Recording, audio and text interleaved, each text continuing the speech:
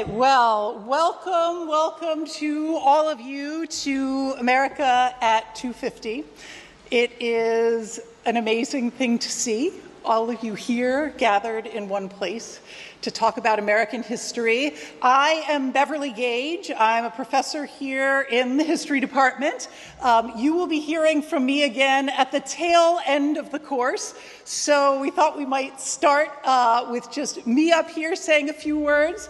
You'll then hear from my colleagues, Joanne Freeman and David Blight, and then I'll come back up here at the end of today's session and talk a little bit about the logistics of the class. And I will say, as we were making all of these preparations in registration and the police and the fire marshal and all of these in the last couple of weeks, it was such a thrill to think that all of that was happening because of an American history class. And so we thank you all for being interested, for wanting to come here and join in this semester-long conversation about what the United States is, what it has been, and maybe also a little bit about where we go from here. To start out, I wanted to visit a few people in the 20th century, the period of American history that I study and specialize in, who looked out over their own country and saw things that were troubling and tried to figure out what to do. First is a man named Reinhold Niebuhr, who was one of the great theologians, philosophers, and social critics of the 20th century.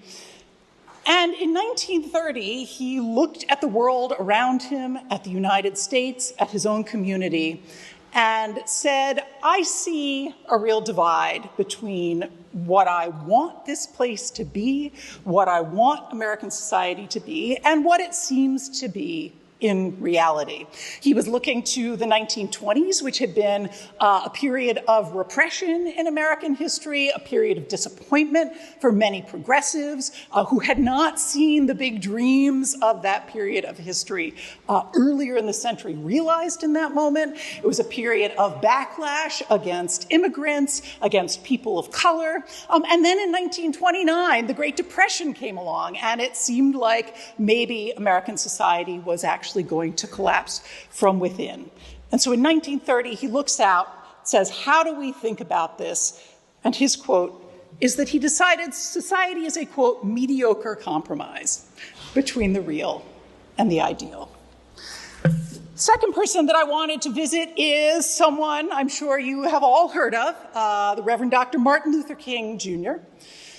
Speaking in 1962 at a very different historic moment, he had made his way, as the country did, through the Great Depression, through the Second World War, and this is sort of the peak of post-war prosperity for the United States, but it's also a moment in which many people are questioning whether the United States is going to live up to its promises of being a true democracy. The civil rights movement was underway, particularly but not exclusively in the South. Student activists had started to come together to take action, freedom rides, sit-ins just beginning around the country. And what Martin Luther King said in that moment was, America can't afford the luxury of an anemic democracy. And he looked to the students who were entering the movement and said, when these students sit down at lunch counters, they are in reality standing up for the best in the American dream. The third person that I would like to visit is another name that may be familiar from around the Yale campus, and that's William F. Buckley, one of the great figures of the modern conservative movement, someone who looked at American liberalism, looked at the rights movements that were emerging around the country and said, I don't want any of this, right? That this is a troubling path to be on. And very famously, in the mid-1950s, had said, I stand athwart history, yelling, stop. Well, by 1970, Martin Luther King had been assassinated. Many of the movements that were congealing around the anti-war movement were causing controversy all over the country. And Buckley looked and said, that's the problem, right? That's the trouble, that the Supreme Court, other forces in American society were, quote, making the Constitution incoherent. And then he concluded with a phrase that I think is really interesting to think about. He says, repression is misunderstood. that there are moments where repression is desirable, where you don't want what he perceived to be the chaos and trouble, lack of respect for law that he diagnosed as part of the problem in 1970. So why do I start with these three figures? Well, there are a few reasons. One is that they were all looking out, trying to make sense of the world around them, the society around them, and that's part of what we're going to be doing here through the lens of American history. The second is that all of those words were spoken here in Battelle Chapel at moments when the conversation was happening within these very walls. And we want to be part of that conversation.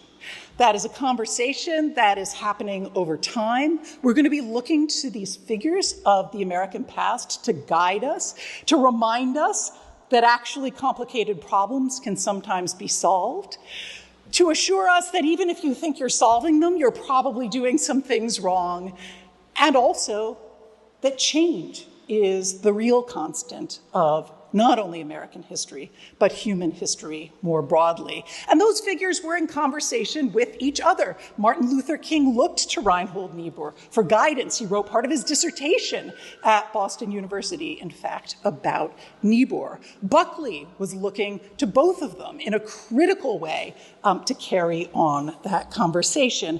And right now, on the cusp of 2026, is a particularly valuable moment for all of us to enter that conversation. It is, as most of you know, going to be the 250th anniversary of the Declaration of Independence. And that means it's a moment for public reflection, for community reflection, for personal reflection, and above all, for national reflection. There's going to be a lot of that going on next year, and we wanted to start the conversation now so that we're all equipped to think about those things as 2026 comes.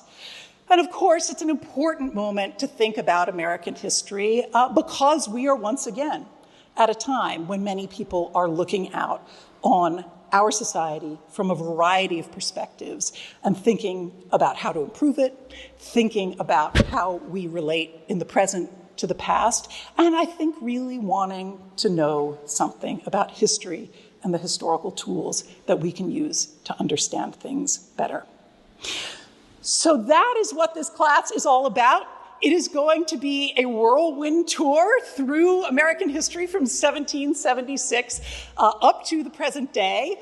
That means we're obviously going to be selective about what we say up here at the podium. We can't cover everything, but that's also why you all are here, to carry on those conversations between yourselves in section, with your families, with people online. I'll be back in a few minutes to talk about some of the mechanisms we've built into the course to do that. But for now, welcome to America at 250, and I'm going to turn it over to my colleague, Joanne Freeman.